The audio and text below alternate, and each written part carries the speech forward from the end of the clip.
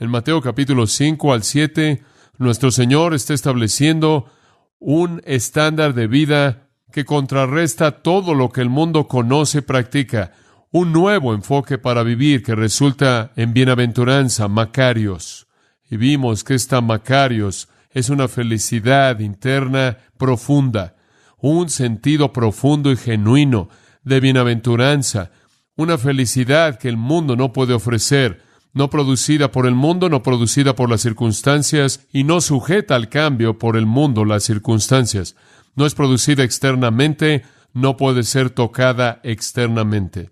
La promesa de Cristo entonces en el Sermón del Monte se encuentra en el principio mismo. Él está diciendo, si usted vive conforme a estos estándares, conocerá la bienaventuranza. Y entonces en el versículo 3 es bienaventurados. En el versículo 4 es bienaventurados. En el versículo 5 bienaventurados. Versículo 6, versículo 7, versículo 8, versículo 9, 10, 11. Y finalmente, como resultado de toda esta bienaventuranza, versículo 12, gozaos y alegraos. El Sermón del Monte entero se presenta a sí mismo como una promesa de bienaventuranza, felicidad, satisfacción profunda interna. Ahora también dijimos la última vez que esta bienaventuranza, este bienestar, esta felicidad, este gozo, en el cual los creyentes viven y que disfrutan, realmente es un regalo de Dios, porque Macarios o bienaventuranza es característico de Dios. El entendimiento más grande posible del término bienaventurados viene cuando usted entiende que Dios es bienaventurado. Entonces, feliz es el pueblo cuyo Dios es el Señor. Bienaventurado es el pueblo cuyo Dios es el Señor, porque Él sobre cualquier otro es bienaventurado. Bendito sea Dios, dice la Biblia. Bendito sea el Señor Jesucristo. Y si ellos son benditos, si tienen este gozo profundo interno, este sentido profundo de contentamiento y bienaventuranza, debido a la virtud de la naturaleza divina, entonces solo aquellos que participan de esa naturaleza divina pueden conocer esa misma bienaventuranza. Solo conforme participamos de la naturaleza misma de Dios podemos ser benditos, bienaventurados. Podemos conocer esta felicidad. No le pertenece a nadie afuera de aquellos que conocen a Dios. Entonces Jesús vino ofreciendo un nuevo estándar de vida, y su énfasis no fue en lo externo, sino en lo interno.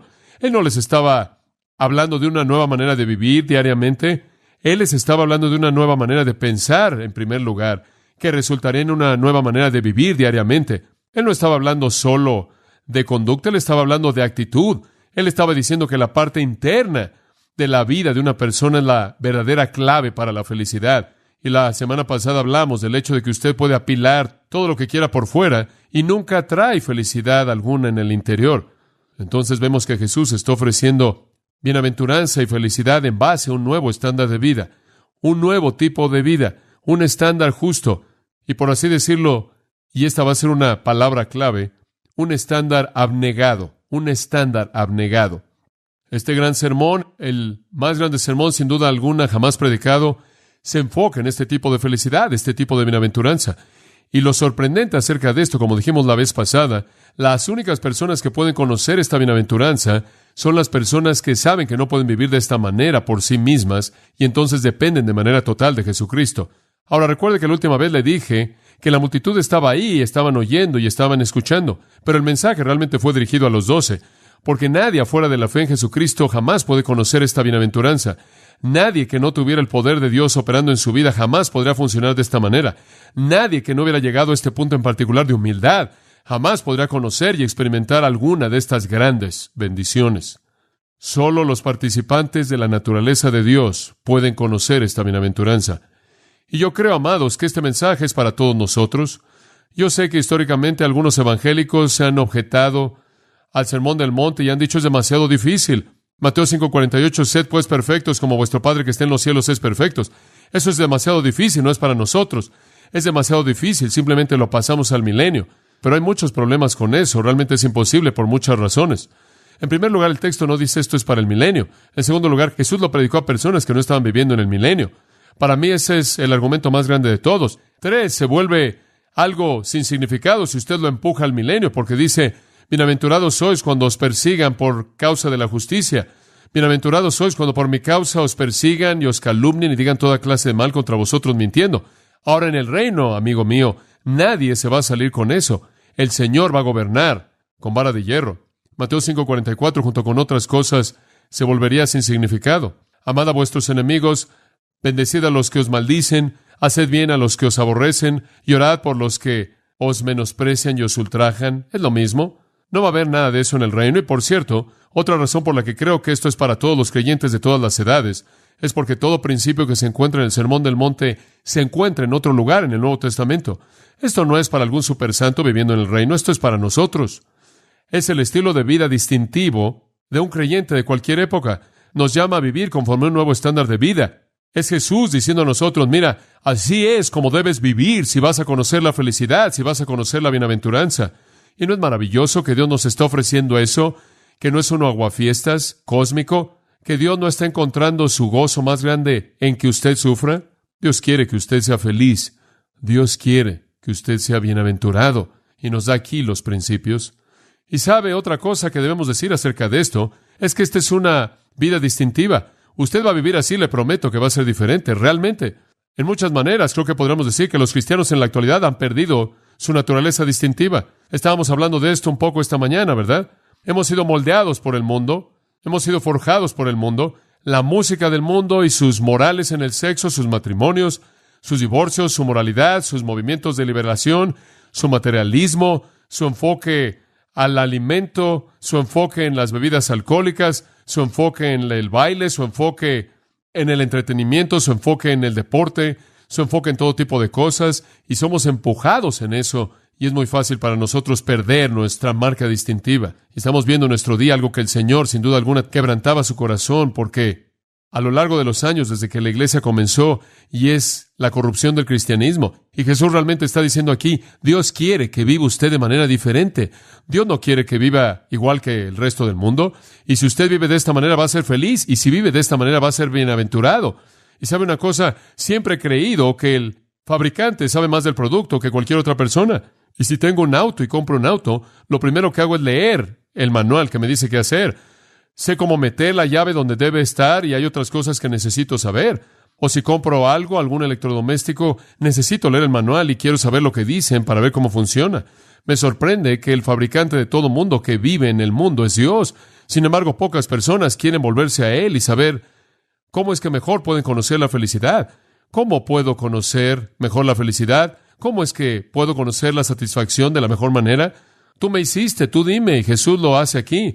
Y lo vuelvo a decir, Él está tratando con el interior. Ahora, permítame añadir esto. La idea que Jesús trata con el interior y con nuestras actitudes y nuestros sentimientos y nuestro pensamiento no significa que no hay compromiso por fuera.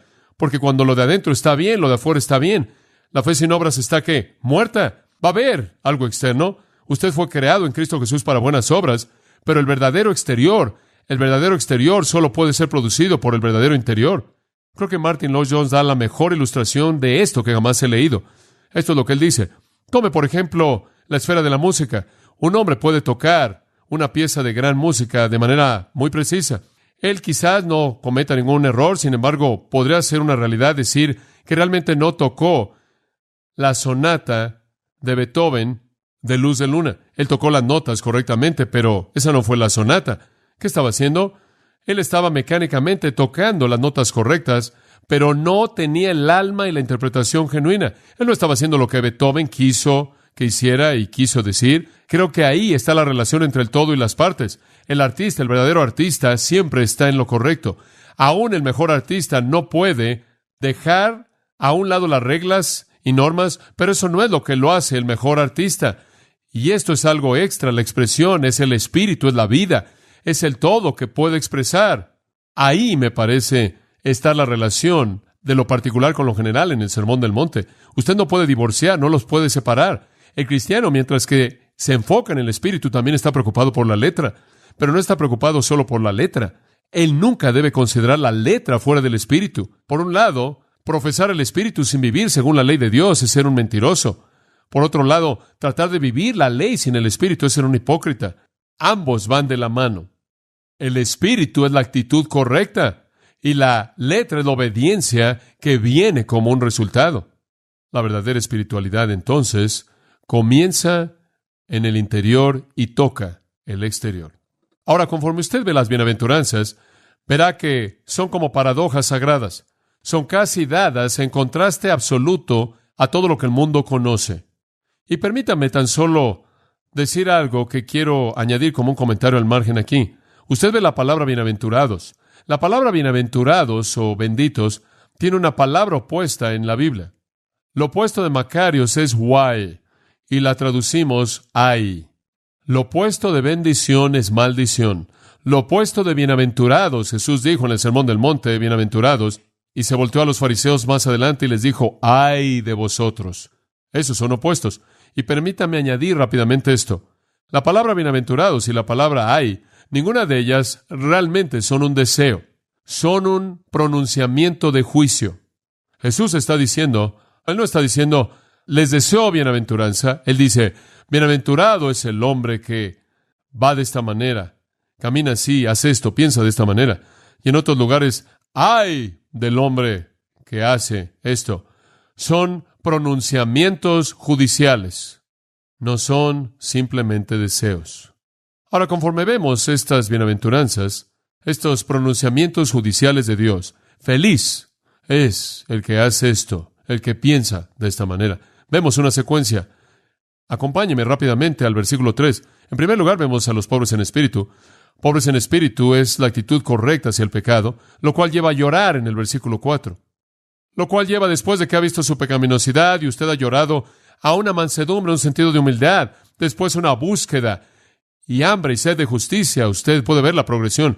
Y eso se manifiesta a sí mismo en misericordia, versículo 7, en pureza de corazón, versículo 8, en un espíritu pacificador, versículo 9.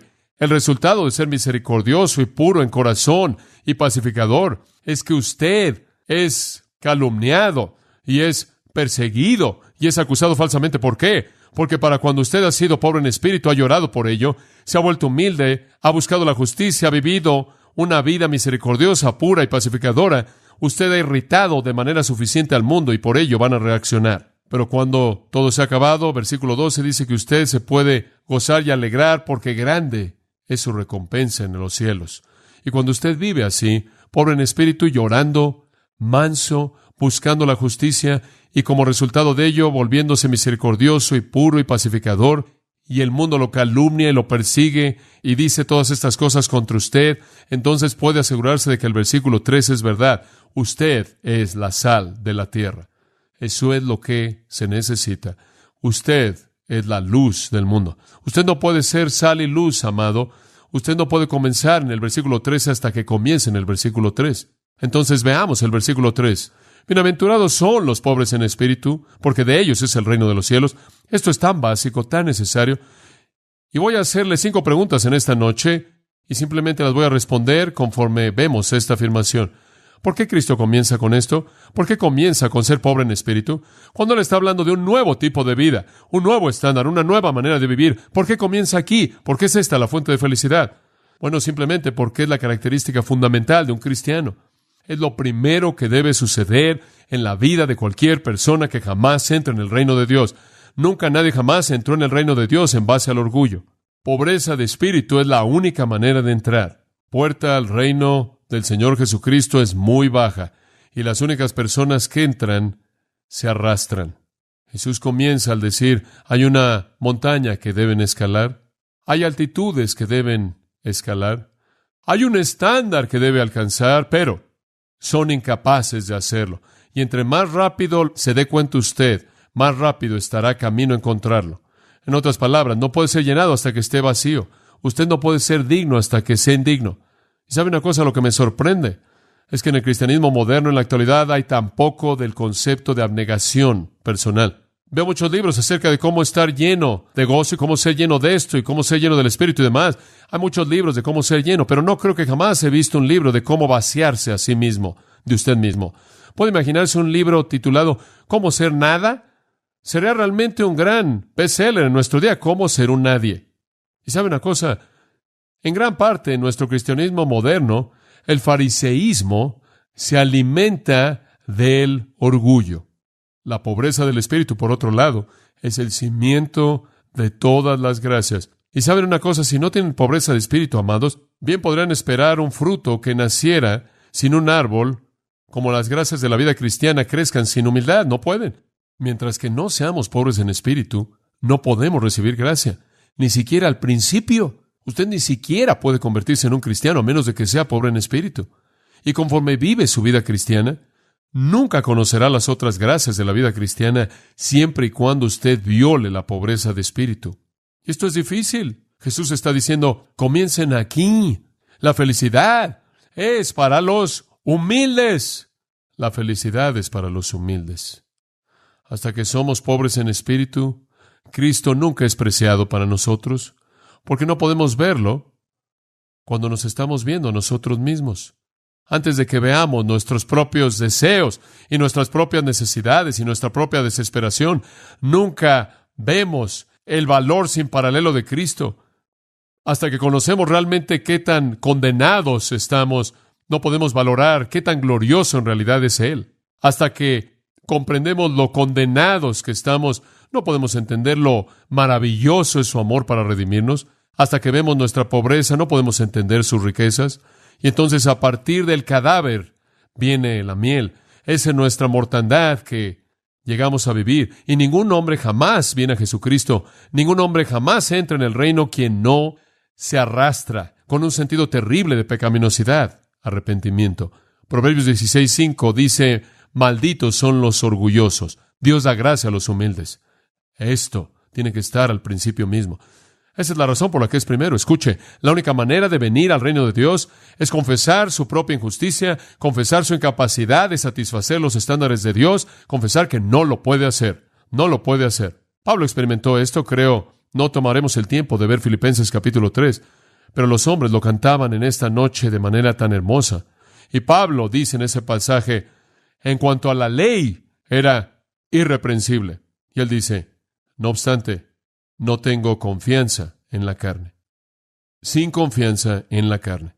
Y todo comienza aquí. Usted entra al reino de Dios con un sentido de inutilidad. Usted entra al reino con un sentido de desesperación. Y si quiere conocer felicidad conforme vive en este reino, en su reino, usted mantiene ese mismo sentido de inutilidad y desesperación. La iglesia en la Odisea dijo, soy rico y no tengo necesidad de nada. En las palabras de Jesús, ahí fueron, y no saben que son pobres y ciegos y desnudos. Creen que son ricos, no lo son.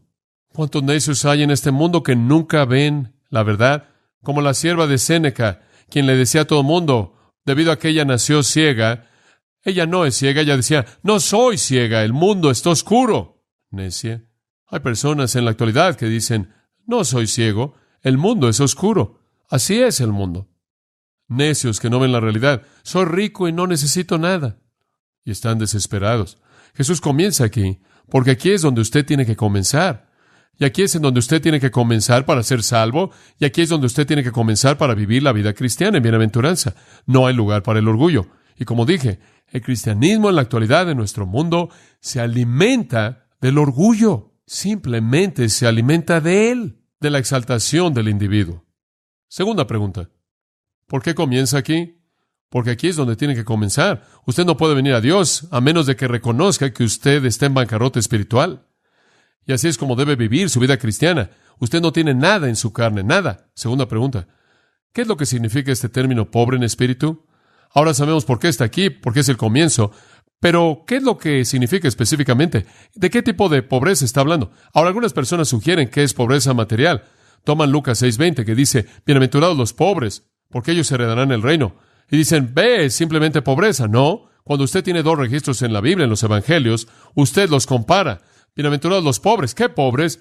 Hay todo tipo de pobreza, ¿verdad? Puede ser pobre en términos de dinero, puede ser pobre en términos de su educación, puede ser pobre en términos de amigos, puede ser pobre en términos de muchas cosas. Entonces, cuando usted lee Lucas diciendo bienaventurados los pobres y encuentra a Mateo, bienaventurados los pobres en espíritu, usted llega a la conclusión simplemente de que Mateo nos dice a qué tipo de pobreza se estaba refiriendo Lucas.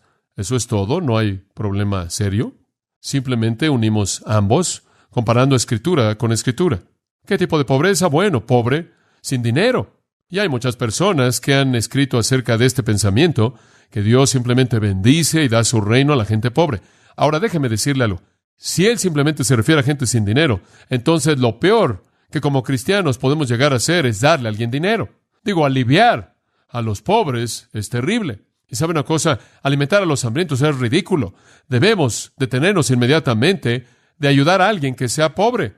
De hecho, lo que realmente deberíamos hacer es simplemente quitarle el dinero a todo mundo para que puedan ser pobres. En cierta manera, seríamos como ladrones. Como puede ver, necesitamos obtener todo. Lo único es que al hacerlo, nosotros, los que lo recibimos, la perdemos. Eso es torpe. No podemos ir por todo el mundo aboliendo eso. Tendremos que cerrar todo orfanato, todo hospital y todas las misiones y todo lo que busca ayudar a gente en necesidad. Y si bienaventuranza espiritual viniera de la pobreza material, no. Por otro lado, las riquezas realmente pueden echar a perder a la gente. Creo que la gente pobre va un paso hacia adelante en la actitud correcta hacia la vida, créalo o no, porque en su desesperación buscan una fuente que va más allá de sí mismos.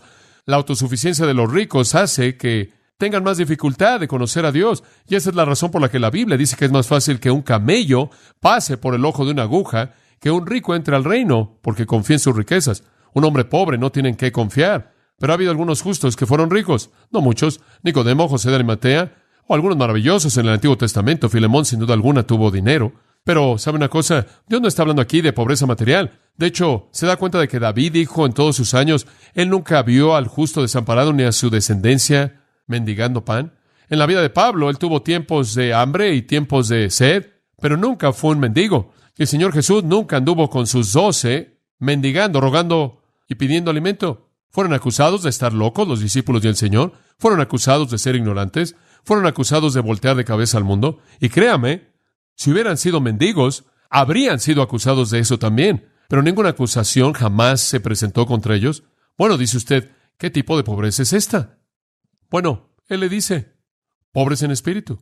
Pobres en espíritu. Ahora tomemos ese término. La palabra pobres, tokos, palabra interesante. De un verbo, ahora escucha esto. El verbo en el griego significa encogerse de algo o alguien en cobardía y encogerse como un mendigo. Eso es lo que significa. En cierta manera usted se acobarda y se encoge como lo hace un mendigo. El griego clásico usa esta palabra para referirse a uno que es reducido a ser un mendigo, quien se encoge en una esquina, en un rincón de la oscuridad, para rogar que le den algo. Y la razón por la que se encoge, acobardándose, es porque no quiere ser visto. Ha llegado a un nivel de vergüenza desesperada que ni siquiera quiere que sepan quién es.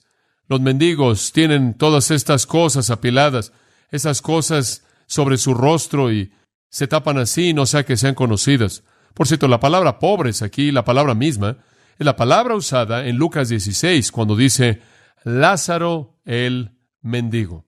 Eso es lo que la palabra significa. No es solo pobre, es un pobre mendigando. Y por cierto, hay otra palabra en la Biblia que se refiere a pobreza normal, penés. Penés significa usted generalmente, y algunas veces hay un solapamiento, pero generalmente penés significa usted es tan pobre que tiene que trabajar simplemente para que pueda vivir. Tocá significa usted es tan pobre que tiene que rogar. Usted es reducido a ser un mendigo que se acobarda, que se encoge. Penés puede ganarse la vida, puede ganarse su sustento.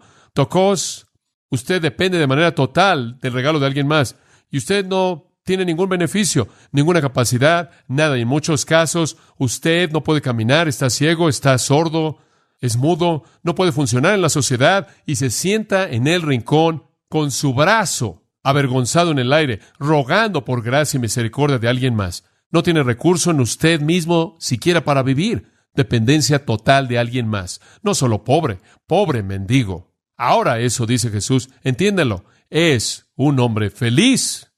Dice usted, tienes que estar bromeando.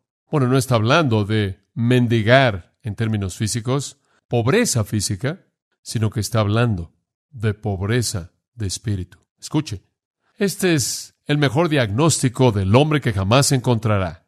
El hombre está vacío, es pobre, inútil. ¿Puede hacer algo para ganarse su propia salvación? Es un pobre penés que simplemente puede hacer unas cuantas cosas y si se esfuerza lo suficiente y trabaja con suficiente fuerza, ¿puede entrar apenas al reino? ¿Usted cree que puede hacerlo? No, no es penés, es un tokos. Él es absolutamente incapaz de nada y totalmente dependiente de la gracia de alguien más. Entonces él dice, felices los destituidos, los mendigos que se acobardan, que se encogen. Hombre, qué noticias. El mundo dice, felices los ricos, y los famosos, y los autosuficientes, y los orgullosos. Bueno, ¿qué quiere decir en espíritu? Permítame hablar de eso por un momento. Significa, en referencia al espíritu, lo cual es la parte interna del hombre, no el cuerpo, lo cual es la parte externa. Eso es todo. Él está rogando por dentro, no necesariamente por fuera. Isaías lo expresó así, Isaías 66:2. Pero a este miraré. Aquí está Dios hablando, escuche. Pero a este miraré, aquel que es pobre y humilde de espíritu y que tiembla a mi palabra. Es el hombre que tiembla por dentro debido a su destitución. Salmo 34:18 lo dijo de esta manera. Jehová está cerca de los que son de corazón quebrantado y salva a los que son de espíritu contrito. Salmo 51:17. Los sacrificios de Dios son un espíritu quebrantado. Un corazón quebrantado y contrito Dios no despreciarás. Isaías capítulo 57, versículo 15, añade esto. Porque así dice el alto y sublime, que habita la eternidad y cuyo nombre es el santo. Yo habito en la altura y la santidad, y con el que es de espíritu contrito y humillado, para avivar el espíritu de los humildes y avivar el corazón de los contritos. Escuchen, Dios se identifica con personas que ruegan en el interior, no personas que son autosuficientes, no personas que pueden salvarse a sí mismas, no personas que creen en sus propios recursos, sino aquellos que están destituidos, privados y ruegan. No significa pobre en espíritu en el sentido de que carece de entusiasmo. No significa que es flojo, callado, indiferente o pasivo. No significa eso en absoluto. Un individuo pobre en espíritu es uno que no tiene sentido de autosuficiencia. Está en bancarrota. Permítame darle una ilustración. Acompáñame a Lucas 18. Lucas 18:9. Leemos una historia. Y él habló esta parábola a ciertas personas que confiaban en sí mismas de que eran justos y menospreciaban a otros. Ahí está lo opuesto. Aquí está lo opuesto de los pobres en espíritu. Aquí están los orgullosos en espíritu, que confiaban en sí mismos como justos y menospreciaban a los otros. Lo hacemos por nosotros mismos, tenemos todos los recursos, etc. Dos hombres fueron al templo a orar. Uno era fariseo y el otro publicano. El fariseo, puesto en pie, oraba consigo mismo diciendo, Dios, te doy gracias porque no soy como los otros hombres, ladrones, injustos, adúlteros, ni siquiera como este publicano putrefacto que está ahí. Ayuno 2 veces a la semana, doy diezmos de todo lo que gano. Y el publicano, estando lejos, ni siquiera levantaba sus ojos al cielo. Oh, como un mendigo.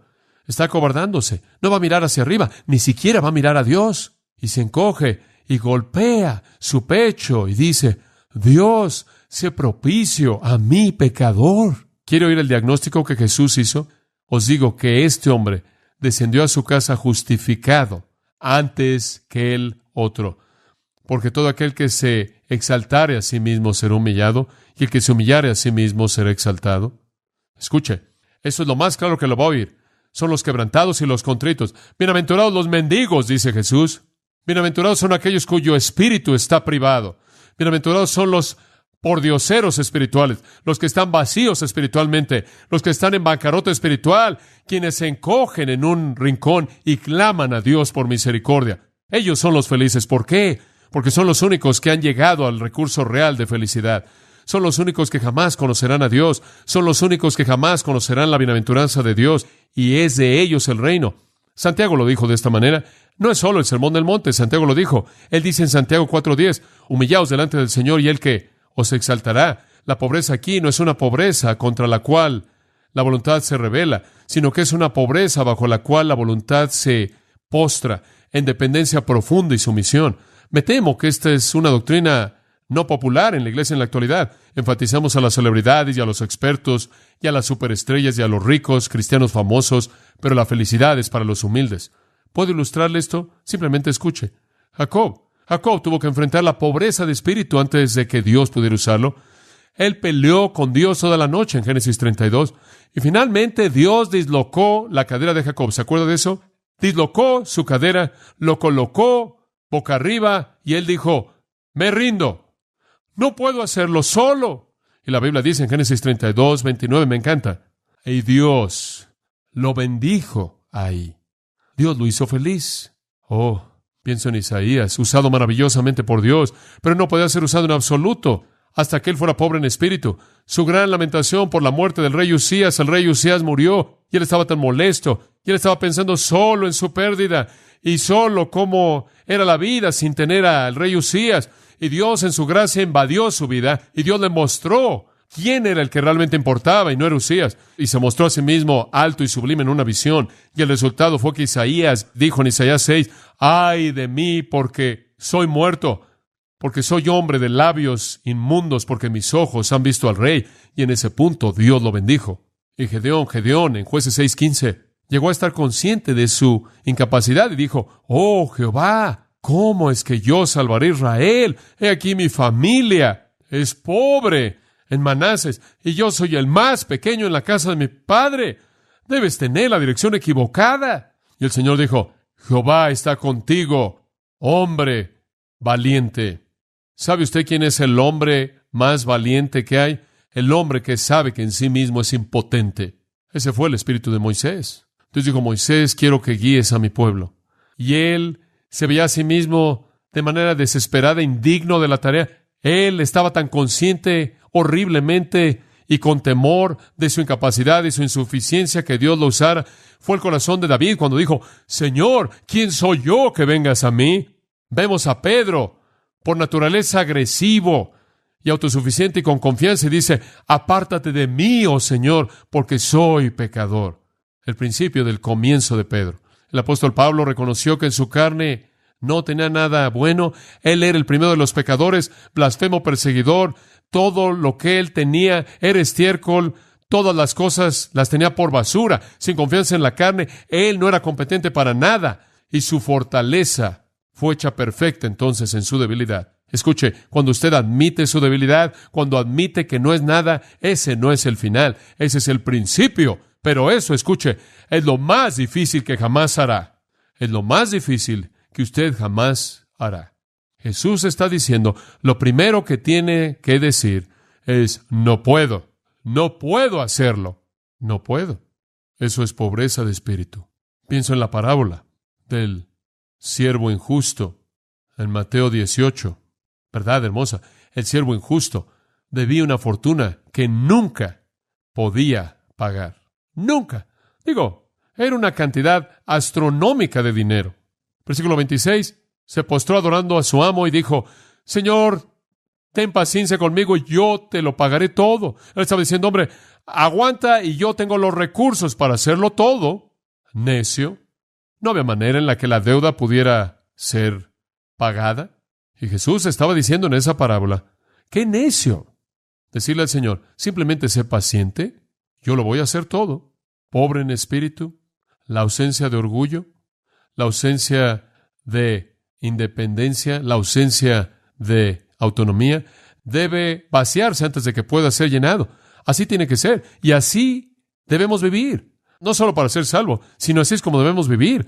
Y sabe una cosa, vez tras vez, cuando enfrento la tarea de venir al púlpito para predicarle, pasa por mi mente, Señor, tú tienes que hacerlo. Yo conozco la mecánica, Señor, pero eso es lo que no quiero, la mecánica. Tú lo tienes que hacer. San Agustín, antes de su conversión, estaba orgulloso de su intelecto, él estaba orgulloso de su conocimiento, y él dice que lo retuvo de creer. Solo después de que se vació a sí mismo de su orgullo, llegó a conocer a Dios. Lutero, el gran Martín Lutero, cuando él tan solo era un joven, entró a un monasterio. Y él entró a un monasterio para ganarse su salvación mediante la piedad. Pero tuvo dificultades en hacerlo.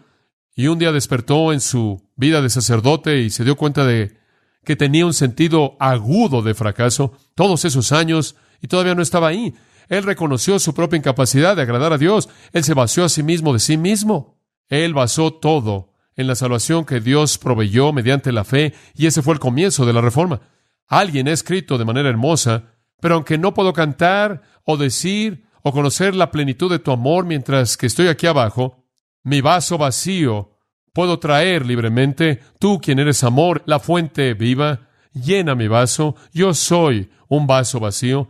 Ni un pensamiento o mirada de amor jamás he traído a ti. Sin embargo, vengo a ti y a ti vengo con esto. El único ruego del pecador vacío, tú me amas. El resumen de la gran verdad es simplemente presentada. El primer principio del Sermón del Monte es que usted no puede hacerlo por sí mismo. Hay un nuevo estilo de vida que vivir, y ese nuevo estilo de vida promete felicidad eterna para usted, pero usted no lo puede hacer por sí mismo, de tal manera que el único estándar para vivir es para aquellos que saben que no lo pueden hacer. Este concepto es visto, creo yo, la primera vez que se dio la ley en Sinaí. Cuando Dios dio su ley, ahora piense conmigo, Dios dio su ley en el monte Sinaí. No habrían ídolos, no adulterio, no robo, no asesinato. Usted sabe y demás, dar falso testimonio. Pero mientras que Dios le estaba dando, la gente que estaba ahí abajo le estaba violando, ¿no es cierto? Dios se le estaba dando a Moisés y Aarón estaba guiándolos en una orgía. Entonces, desde el comienzo, usted tiene el hecho de que los estándares de Dios no están dentro de la esfera de la posibilidad del hombre. Algunas de las personas de Israel reconocieron eso. Reconocieron que no estaban guardando el estándar de Dios. Entonces comenzaron a dar sacrificios y confesaron, y vinieron humildemente, y Dios en su gracia dulce les perdonó. Pero vieron otros que pensaban que lo podían hacer, y entonces se jactaron en su justicia personal y trataron de guardar la ley. Bueno, tampoco lo pudieron hacer. Entonces suavizaron la ley, y esa es la razón por la que el rabino comenzó añadiendo tradiciones. Apilaron tradiciones porque las tradiciones eran más fáciles de guardar que la ley de Dios. Escuche, la ley que ha surgido en torno a la Torá, la ley talmúdica, la ley del Talmud, la ley judía, que ha nacido en torno a la Torá, la ley verdadera de Dios, no es nada más que un estándar reducido para que los hombres por lo menos puedan tener un sentido de satisfacción. Ahora, los rabinos decían que estaban tratando de proteger la ley de Dios, pero el hecho es que estaban rebajando el requisito, de tal manera que cuando Jesús llegó, estaban haciendo muchas cosas con las cosas periféricas y estaban viviendo diariamente en una violación de la ley verdadera de Dios. Como puede ver, hubieron algunas personas que pensaban que podían hacerlo, pero no pudieron, y los que conocían a Dios eran los que dijeron, no podemos, Dios, y humildemente y en penitencia ofrecieron sacrificios y confesión, y Dios les perdonó. Es lo mismo con el Sermón del Monte. Esta es la ley, esta es la manera de vivir, pero no lo puede hacer y tiene que reconocerlo. Por el poder del Espíritu Santo y dependencia de Jesucristo, debe desearlo, y después tiene que enfrentar sus fracasos en contrición y confesión humildes. Jesús colocó el estándar arriba cuando dijo, sed pues perfectos, como vuestro Padre que está en los cielos es perfecto. Él dijo, porque os digo que si vuestra justicia no excediere, esa justicia periférica suavizada de los escribas y fariseos, no van a entrar en mi reino. La sustituyeron. Mateo 15:9 dice, las tradiciones de los hombres por los mandamientos de Dios. Eso no va a servir. El propósito entero de la ley, como puede ver, escuche esto. El propósito del Sermón del Monte es el mismo que el propósito de Sinaí. Es mostrarle que no puede. El Sermón del Monte era para mostrarles que no podían hacerlo y tenían que llegar a la pobreza en espíritu y dependencia total de Dios. Usted no solo puede presentar estos estándares a un hombre no regenerado y esperar que viva conforme a ellos. ¿Sabe cómo sería? Podría pensar, creo que James Boyce da esta ilustración. En el reino el león se va a acostar con el cordero, ¿verdad? El león se va a acostar con el cordero. ¿No es eso maravilloso? Si quiere intentar algo, vaya al zoológico y métase a la jaula del león y enséñele a ese león verdad milenaria. Le va a enseñar a ese león que se va a acostar con un cordero y lo va a explicar de manera clara en su mente. Después llévelo y colóquelo con el cordero. ¿Sabe lo que va a pasar? No va a haber cordero. ¿Sabe por qué? Ese león no va a cooperar en base al sermón. El león tiene que tener una nueva naturaleza. ¿Se da cuenta? Usted no puede predicarle el sermón del monte a una persona no regenerada y esperar que viva conforme al sermón. Él tiene que tener una naturaleza nueva. Todo eso comienza con pobreza de espíritu. Entonces hacemos dos preguntas. ¿Por qué comienza Cristo con esto? Porque es el comienzo. ¿Qué significa? Significa humildad, pobreza de espíritu. ¿Cuál es el resultado? Y estas son preguntas más cortas, así que pueden relajarse. ¿Cuál es el resultado? Bueno, observe. De ellos es el reino de los cielos. La pronunciación es fantástica, porque de ellos es el reino de los cielos. Este es un anuncio, no un deseo. Aquí está. De ellos, y por cierto, solo de ellos es el enfoque. Solo de ellos. ¿A quién le pertenece el reino de los cielos? Solo a los pobres en espíritu.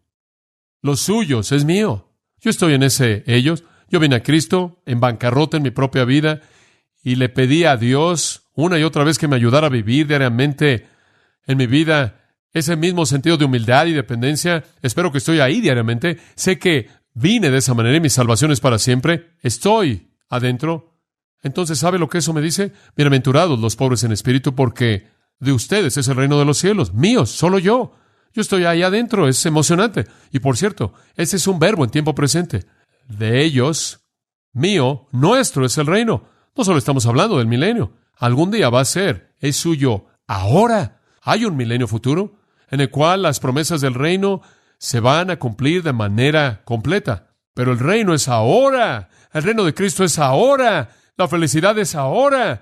La bienaventuranza es ahora. El reino de los cielos es el gobierno de Cristo. Tiene un aspecto futuro mesiánico, tiene un aspecto actual. Ahora somos un reino de sacerdotes. Ahora somos súbditos de Jesucristo. Ahora somos vencedores. Ya lo dice en Efesios 2.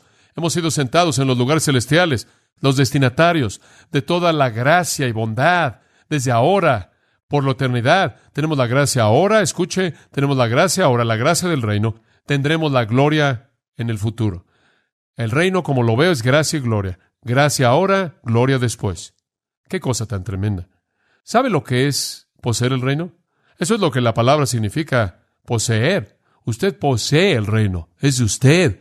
El gobierno de Cristo, el reinado de Cristo. ¿Sabe lo que eso significa? Usted es su súbdito, Él cuida de usted, Él le da lo que necesita, Él satisface toda necesidad de su corazón. Alguien ha escrito, Él nos mantiene abundantemente llenos de gracia, misericordia y fortaleza. Lo que hay por delante en el reino, Él ahora en la actualidad nos provee una abundancia enorme de riquezas. Él siempre es fiel a nosotros y nos hace inmensamente contentos. Nos llena del gozo de que somos de Él. En espíritu somos ricos. Tenemos toda bendición espiritual en los lugares celestiales en Cristo. Es aquí y ahora y algún día aún más. Bueno, 2 preguntas más tenemos por delante. Sí, y esto es tan básico y tan importante. Y sí, significa humildad y bancarrota espiritual, un sentido de incapacidad total. Y podría añadir que no hay nada tan nauseabundo. No hay nada tan nauseabundo al corazón de Dios como el orgullo espiritual. Viola todo esto. Es lo peor cuando usted cree que ha llegado a la espiritualidad en base a su propia fuerza. En nada. En cualquier cosa. 2 preguntas finales. ¿Cómo nos volvemos pobres en espíritu? Dice usted, John, veo el mensaje aquí. Sé pobre en espíritu. ¿Cómo me vuelvo pobre en espíritu? Bueno, no comience al tratar de hacerlo por usted mismo. Esa fue la necedad del monasticismo. Pensaron que podían ser pobres en espíritu al ir a algún lugar, vender todas sus posesiones, ponerse algún harapo y sentarse en un monasterio en algún lugar y no ser dueños de nada. No, esa fue la necedad del asceticismo, monasticismo, negación personal, mutilación. Algunos de ellos se cortaban, se amputaban algunos de sus órganos. Pensaban que podían negarse a sí mismos de esa manera y alcanzar esto. Y por cierto, no lo puede hacer al verse a sí mismo. Tampoco no lo puede hacer al ver otras personas. No trate de encontrar a alguien más que establezca el estándar. Solo hay un lugar en donde buscar si quiere volverse pobre en espíritu, y eso es concentrarse en Dios. Eso es lo primero. Ve a Dios, lea su palabra, enfrente su persona en sus páginas, ve a Cristo constantemente. Y conforme usted mira a Jesucristo, usted se pierde a sí mismo. Se pierde a sí mismo. En segundo lugar, no solo ve a Dios. Le voy a dar 3 principios simples. Si quiere saber lo que es ser pobre en espíritu, ve a Dios. Y no usted mismo, a ninguna otra persona, ve a Dios. 2, mate de hambre a la carne. Mate de hambre a la carne. ¿Sabe una cosa? Inclusive los ministerios de esta generación se alimentan de orgullo en tantos casos. Tenemos que buscar las cosas que despojan a la carne y la desnudan. ¿Sabe una cosa? Analicé algunas cosas en mi propia vida hace poco menos de un año atrás, en donde creo que llegué a entender algo del significado de esto. Es una lucha para mí conocer este tipo de espíritu, pero creo que llegué a entender hasta llegar al punto en donde realmente busqué las cosas que desnudaban mi carne. Como puedo ver, porque es fácil para mí aceptar los reconocimientos. Es fácil para mí oír las voces diciendo, gracias, John, tu mensaje me bendijo, fui salvo cuando predicaste, oh, es tan maravillosa tu iglesia, qué mensaje tan maravilloso diste. Es fácil para mí recibir esto. Me es muy fácil recibir reconocimientos, no tengo que luchar en eso. Pero por un tiempo comencé a tener un hambre en mi corazón por buscar. Y ¿sabe una cosa? Puede adoptar una actitud de pobre de mí, pero tuve esta hambre en mi corazón por buscar lo que despojaba, desnudaba mi carne. Casi me encontré a mí mismo queriendo enfrentar una necedad porque me llevaba a la presencia de Dios y en la presencia de Dios estaba privado.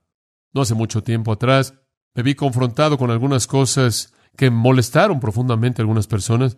Y mi primera reacción fue que me lastimó mucho, me dolió mucho, porque si yo estaba mal, no quise estar mal, y de pronto Dios comenzó a hablar a mi corazón acerca del hecho de que más que cualquier otra cosa era lo que necesitaba. Necesitaba ser confrontado con el hecho de que yo no era nada, y en un suspiro, todo lo que yo jamás soñé o deseaba hacer para Dios, lo cual, por cierto, no me necesita para hacerlo. Él puede hacerlo por sí mismo, a través de mí. Todo podía ser quitado así de rápido. Y en un sentido, en mi privación, y en mi pérdida, y en mi fracaso, y en mi sentido de necedad, y lo que yo hice estuvo mal. Adquirí una medida mayor de consuelo de lo que jamás habría adquirido por lo que yo habría sido reconocido. Eso le ayuda a matar de hambre la carne. Y yo diría algo más, una tercera cosa. Hay tres cosas que veo en mi propia vida. Tengo que ver a Dios todo el tiempo. En segundo lugar, tengo que matar de hambre mi carne. No quiero acudir a lo que me reconoce, pero hay una tercera cosa, y creo que es simple. Pida. ¿Quiere ser pobre en espíritu? Pida. ¿Hay algo acerca de un mendigo? Él siempre está, ¿qué? Pidiendo. ¿Alguna vez ha notado eso? Siempre. Pida, Señor, dijo el pecador, sé propicio a mí, pecador. Jesús dijo, ese hombre se fue a casa justificado. Feliz es el mendigo en su espíritu. Él es el que posee el reino. ¿Por qué comenzó Jesús con esto? Porque es la base. ¿Qué significa? Significa estar en bancarrota espiritual y saberlo. ¿Cuál es el resultado? Usted se vuelve un poseedor del reino aquí y ahora y para siempre. ¿Cómo se convierte pobre en espíritu? Ve a Dios, mate de hambre su carne y pida, ruegue. A él no le importa. Pregunta final. ¿Cómo sabré si lo soy? ¿Cómo sabe si usted es pobre en espíritu? Y sabe una cosa, necesita hacer un inventario de su vida. ¿Cómo es que realmente sabe? Le voy a dar 7 principios, rápidamente. ¿Cómo sé si soy pobre en espíritu? Número 1. Se alejará de usted mismo. Se alejará de usted mismo. Esto es, se negará a sí mismo. Salmo 131:2 lo expresa así. Mi alma es como un niño destetado. Oh, qué gran pensamiento. Uno que es pobre en espíritu pierde un sentido de sí mismo. El sí mismo ya se va. Se va. En lo único que piensa es Dios y su gloria y otras y sus necesidades. Usted se aleja de sí mismo, de su persona. Número 2, estará perdido en la maravilla de Cristo.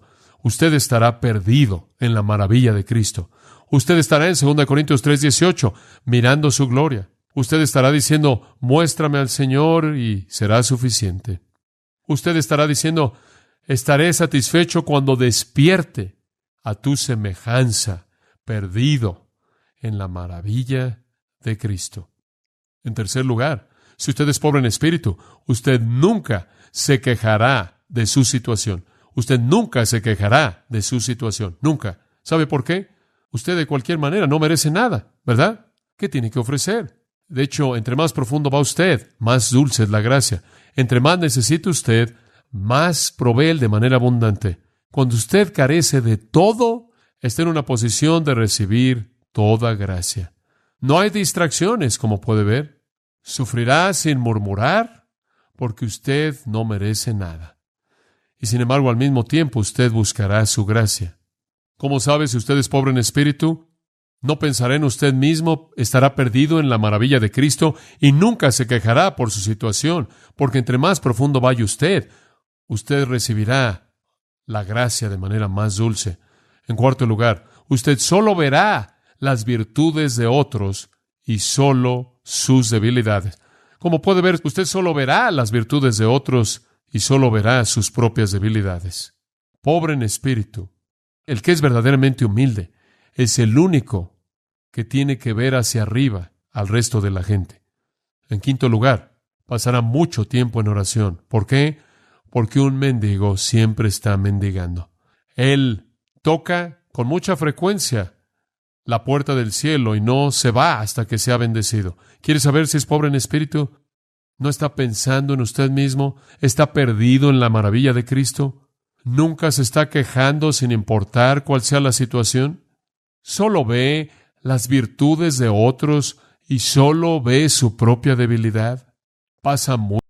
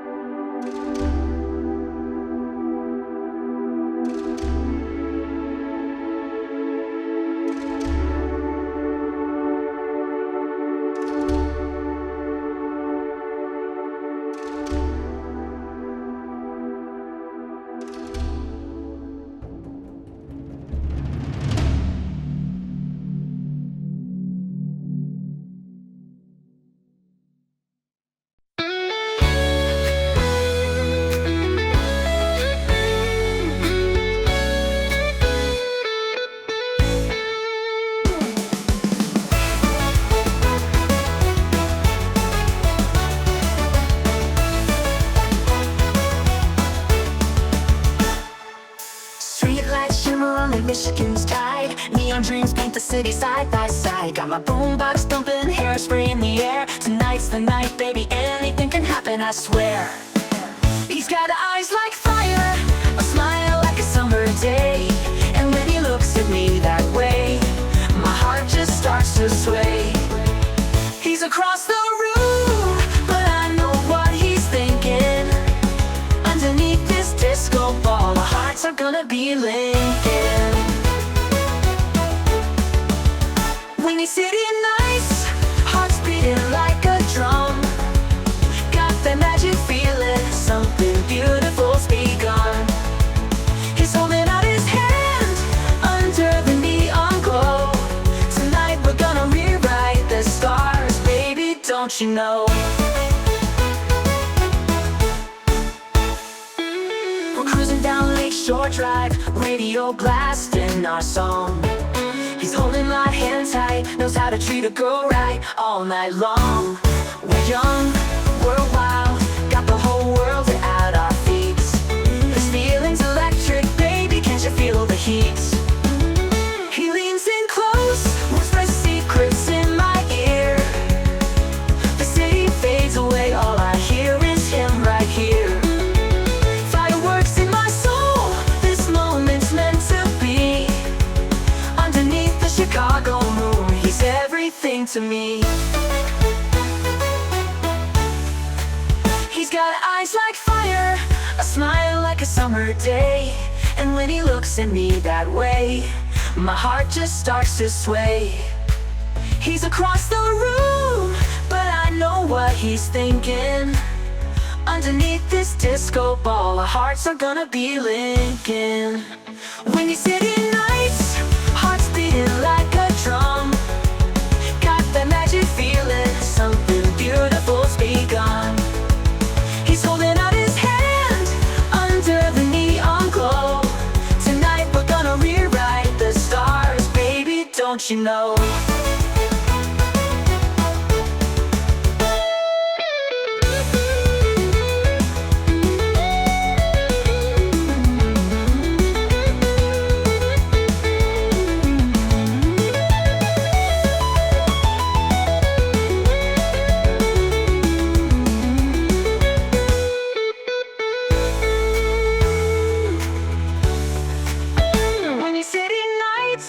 Hearts beating like a drum. Got that magic feeling, something beautiful's begun. He's holding out his hand under the neon glow. Tonight we're gonna rewrite the stars, baby, don't you know?